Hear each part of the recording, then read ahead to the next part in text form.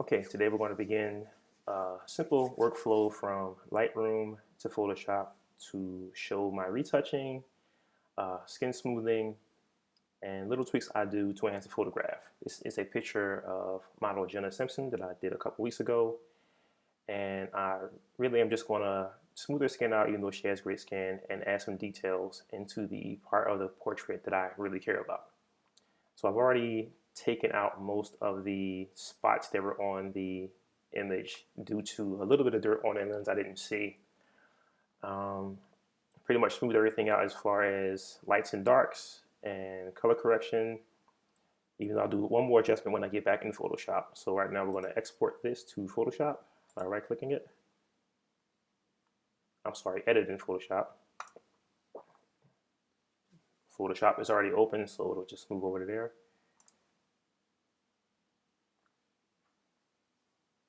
Here we are. And the first thing I like to do is check my levels on an image. You can do that by either creating a levels mask or just hitting Command L and checking the levels yourself. You can do adjustments in Lightroom for white balance, but I just prefer to do it in Photoshop.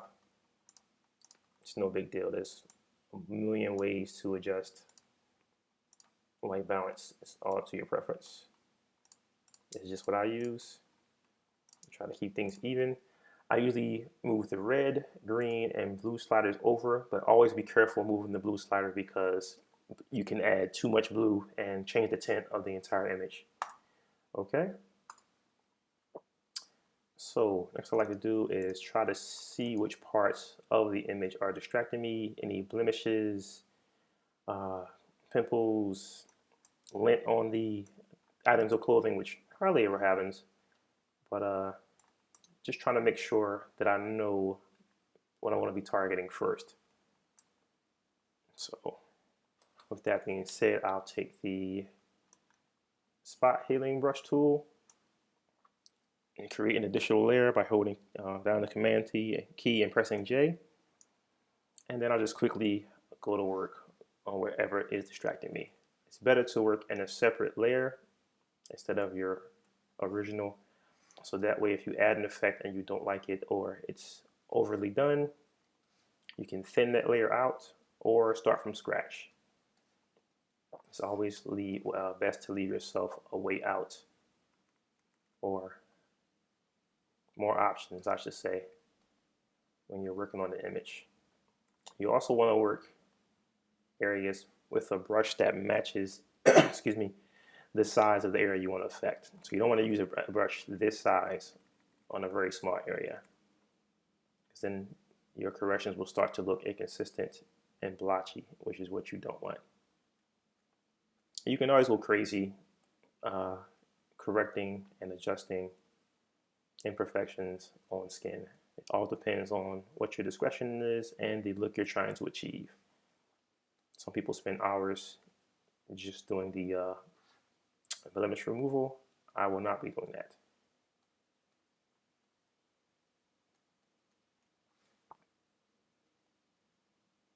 And again, I'm just looking at pieces of the image that I personally find distracting. It's all about your preference and what makes sense to you, because it is your work unless you're working for a client, of course, and this is my personal work, so I won't spend an hour on here going blemish crazy. And many of these imperfections will be smoothed out when we apply the high density layers and smooth the skin out. So next thing I like to do is brighten the image a little bit and sharpen the image a little bit before I even begin working. And what I do in my preparation is I apply an unsharp mask at the amount of 95, 1.5 pixels, a threshold of 1, and a little bit of brightness and no contrast. And I've done that with an action. So it's just with one click, it will apply that. And you can see a slight difference in how that is. Then I'll merge these two layers. And then I will apply the flooring method, which I'm still using. Make sure you're using a 8-bit on an 8-bit and a 16-bit and a 16-bit image, of course. You can check the size of your image if you don't know by going to image and image size, or mode, I'm sorry, RGB color, 16-bit. So I'm going to use the same method to apply this to this image. And this method makes frequency separation easy by separating the layers for you. But you still have to do the work. So now the layers are separate. I work on the frequency separation layer. I already have my selection tool, the lasso tool selected right here. And I already have a filter of 20.9. You can change this depending on how you want. And what I mean by, feathering, is that it'll make the edge of the selection you make a little softer around on the edges. And what you're doing is trying to blend parts of the skin tone so that the lights and darks don't jump as rapidly and they're smooth as opposed to being jumpy. So right around this area here, because you feather the selection, you can go over eyelashes and things of that nature. Okay. And you go to filter, blur, Gaussian blur, and you're going to move this selection over. I would stay between, I'd say 10 to 20. I haven't had to use anything stronger than that. She has pretty great skin, so I'll probably be at the threshold of about 13 or 14. And you're going to dial this back. You're not just going to apply this straight. And then you want to select another area where the skin tones are kind of jumpy. That's a bad selection. I'll do it again. So I'm going to move a little quicker on this because I'm trying to show you the method. And you apply that same thing. I don't recommend applying the same amount of blur throughout the entire image because each part of the face is a little bit different, and lights, of course, want to hit the face a little different. So I recommend using your own discretion. You may decide that a top portion needs less of that attention than a bottom portion of it. I can't tell you how to do that on your image because I don't see it, and it's your discretion, like I said. So,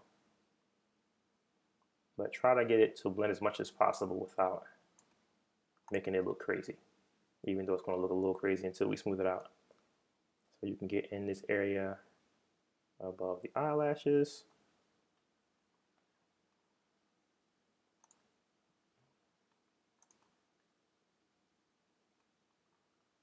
Move that down a little bit. There we go.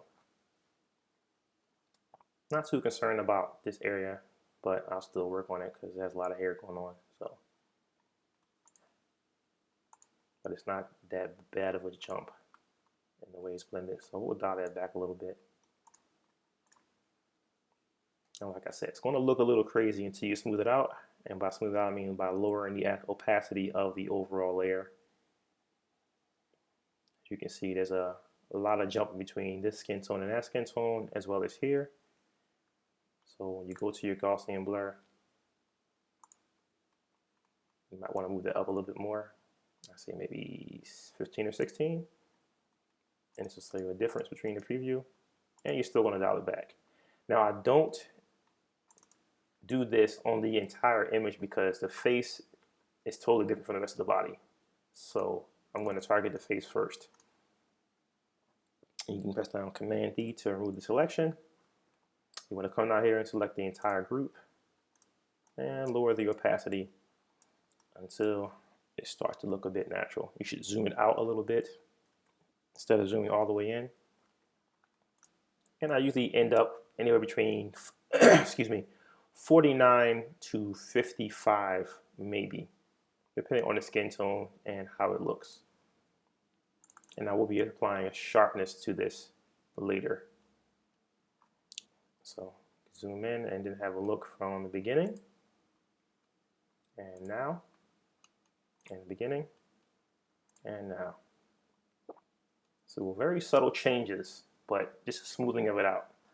Okay, now that you lower the opacity to your desired, you're gonna choose the separation layer, low frequency, and then hit Shift Command N and make another layer.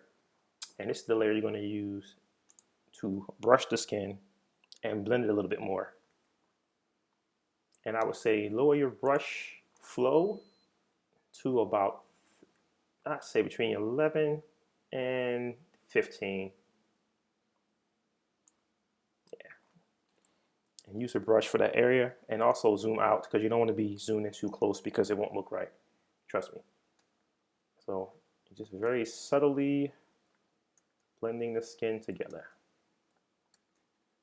And keep in mind this is on a separate layer, so if it looks not natural or you're not feeling the way it looks, you can of course thin the layer out and make it look a lot better. So never panic. You can soften those tones up if it's too hot on the nose.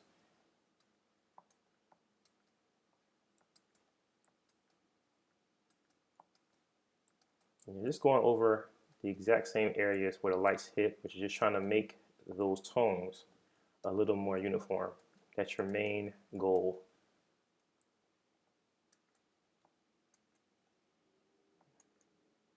But overall, you should be aiming to get your shots well lit in the camera before it even gets to Photoshop. Let's just take a look at that. Like I said, it's very subtle tones. Let's zoom all the way out and see how it looks.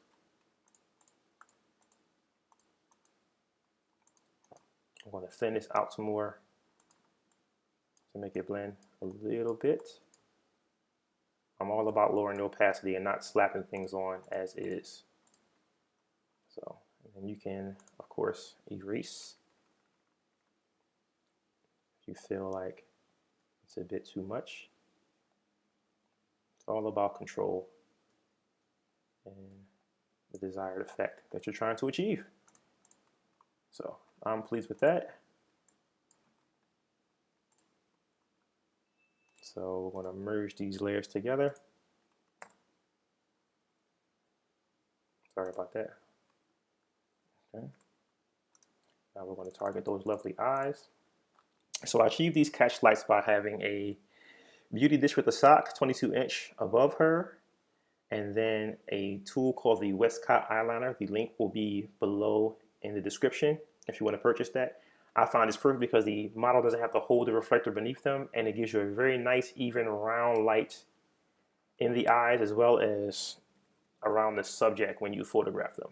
So it's my plug for the Westcott eyeliner, and that'll be it. So another separate layer. Grab our brush tool. Make sure the brush is at 100% flow, 100% opacity.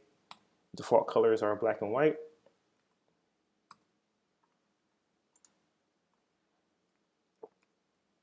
And we're going to paint white over the areas that we're interested in making pop, bring attention to. You don't have to be super masterful with this part.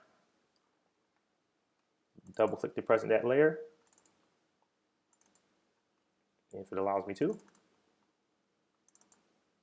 Oh, sorry, it's on the other side of the screen. There it goes. Okay, so what you're going to do is use the Blend If tool, holding down the Alt key, and sliding it over, and then sliding it over again so that you have a subtle highlight, not a gigantic highlight, a subtle highlight. And again, because it's on a separate layer, we still have complete control over it. Press OK, zoom in, have a look at it. Like I said, very subtle. I'm pleased with that. Okay, merge that layer, Command E, make another layer, apply the sharpen tool. I leave the sharpen tool to normal, string 50 cent, sample all layers, and protect detail. And this is just going to bring more attention to those great eyes.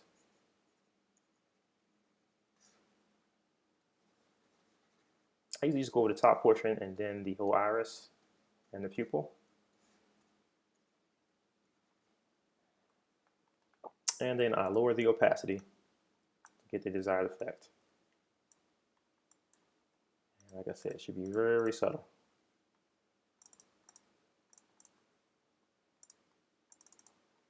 Okay. All about nice, pretty teeth in my images. She has great teeth, but we can always go further. I use the eye and teeth action purchased from MCP Actions. It's a great site. I've been using this for a while. There's other methods to get whiter teeth. This is just the method I use because I'm such a control freak in my images. Once you hit apply, this will separate the layers into 3: whiten, polish, and brush. We're going to start with brush. You're going to zoom in. Again, it's all about using the right size brush for the right area you're trying to get into.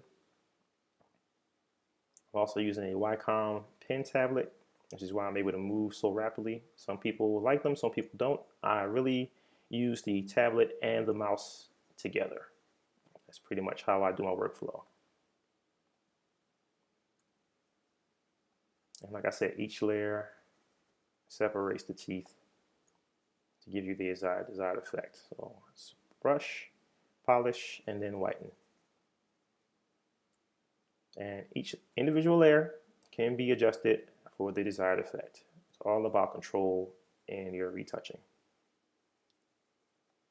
Separate layers are your friends. And as you can see, gradually, it whitens the teeth. You can, of course, make this brighter. Usually the default setting is enough to give me the effect I'm looking for. I'm going to zoom out. And zoom back in a little bit to see the effect. So, boom, boom. 1, 2, and 3. Okay. Merge those together. Merging your layers helps to keep the size of your image down. If you have a whole lot of layers open, your image can get huge very quickly. So now that we've done the face, we're going to do the same effect on the body. So we're going to run the same action again. 16-bit. Bang. Press OK. It's going to ask you the question, and we're going to do this again. We're on the low frequency first. Lasso tool. And again, you're selecting those areas where the toenail value of the image is jumping a bit. Blur it, Gaussian blur. Usually the skin doesn't need that much, so 6 to 8, 7 to 8, whatever. Again, it's all about lighting the image correctly before it gets here. And that just takes practice. Okay.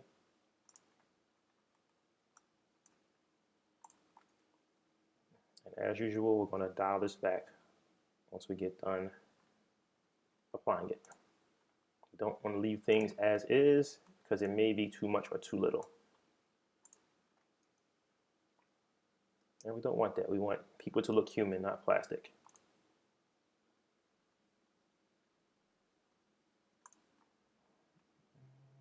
Keep that the same.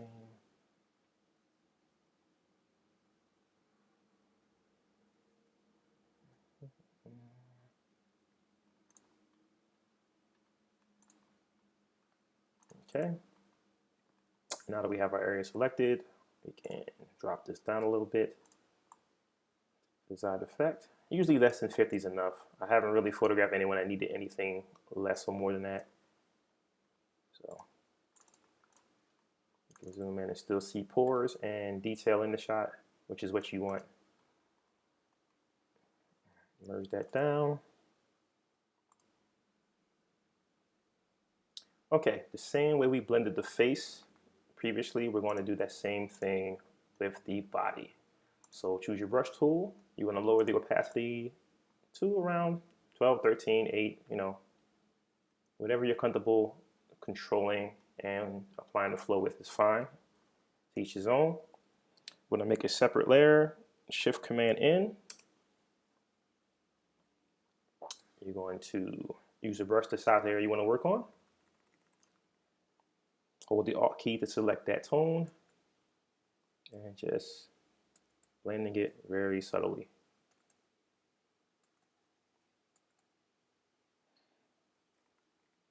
I have moved my increase, decrease brush shortcuts to the Q and W key because I find it is easier for me to access them as opposed to using the brackets. You can adjust those in the keyboard shortcut settings of Photoshop. So very subtly, just going against the same natural pattern of the light that you're already seeing in the image. I'm not creating new patterns. I'm using the same pattern that's already here to enhance it. That's all I'm doing. Very simple. And then you can, of course, preview it. Like I said, very subtle because the opacity is set to low. Okay, so close that down. And you want to add the dodge and burn.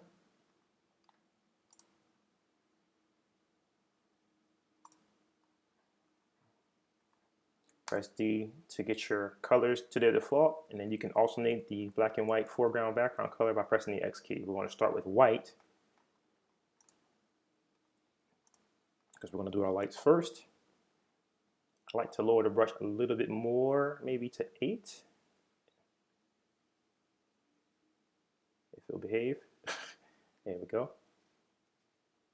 All right, just doing the same thing, just enhancing the lights and the darks very subtly.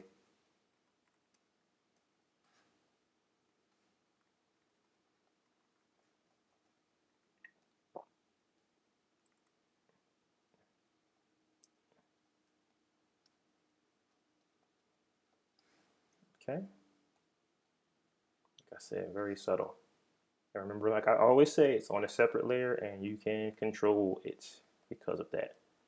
See, I don't like how heavy that dark is, so I'm going to bring it down even more to maybe 4. You can apply this action once for your lights and then get the desired effect and then apply it again for your dark if you really want to be a control freak and have more control over the image. So it's all depends on you, the artist or the retoucher. Drop it down a little bit, maybe to 50. Select them all, merge that layer. There you go. Okay, we're looking good here.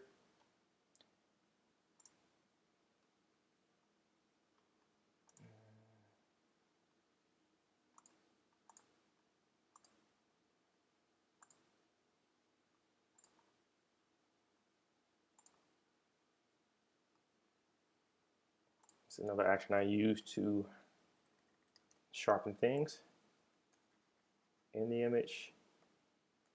Remember to bring that brush back up.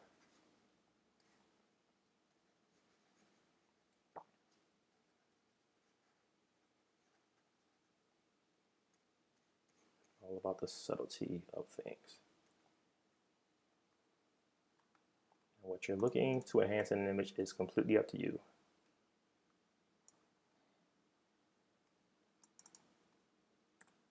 Okay.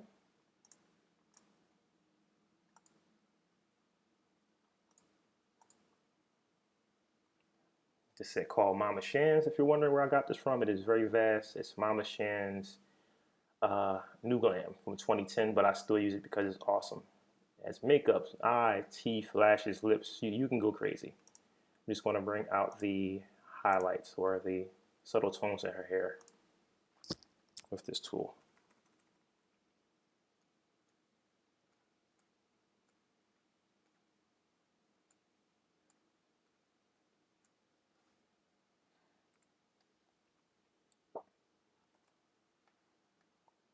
Okay, almost in the home stretch now. We're going to sharpen almost the entire image to bring it all together. A lot of times when you apply frequency separation, images can look a little bit blurry because you are actually adding a blur. And what this does, it tries to bring it all together in uniform. So have it all get in line for you.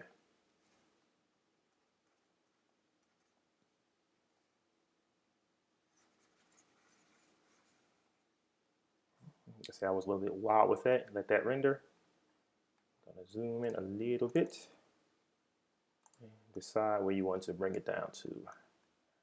I usually stand at 50, 60 area, and I'm fine.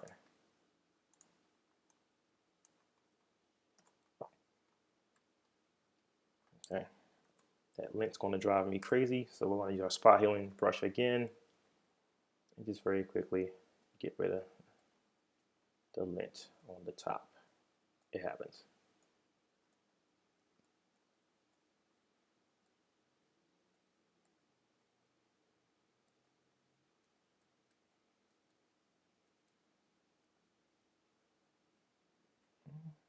See, easy breezy. Oh, my bad. And if these stray hairs are driving you nuts, you can still use the spot healing brush to get rid of the strays or the flyaways. I let her hair be free in this one, so I'm not going to obsess over them. If this is really a high glam shot, then I would definitely be annihilating these stray hairs. But as you can see, it's fairly easy to take them down and wipe them out. All depends on your discretion. And there are tons of different ways to approach this if it bothers you in your shots. Okay, so merge that down to keep our image size down. Let's take a snapshot. Zoom in a little bit. So let's go before and after. Before and after. And that is it, folks. Thanks for tuning in.